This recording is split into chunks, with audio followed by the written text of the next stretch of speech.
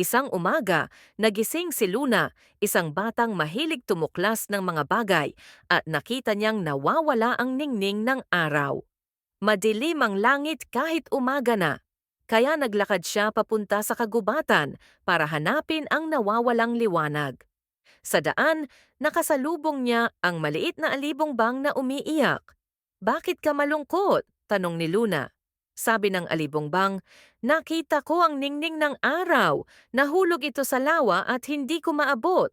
Mabilis na tumakbo si Luna sa lawa at nakita ang makinang na bilog na lumulutang. Gumamit siya ng mahabang sanga para maiyahon ito. Nang maabot niya ang ningning, biglang lumiwanag ang paligid. Lumipad ang liwanag pabalik sa langit at muling sumaya ang buong bayan. "Salamat, Luna!" sigaw ng mga hayop. Ngumiti si Luna at sabi niya, "Kahit maliit tayo, kaya nating magdala ng liwanag sa iba." Wakas,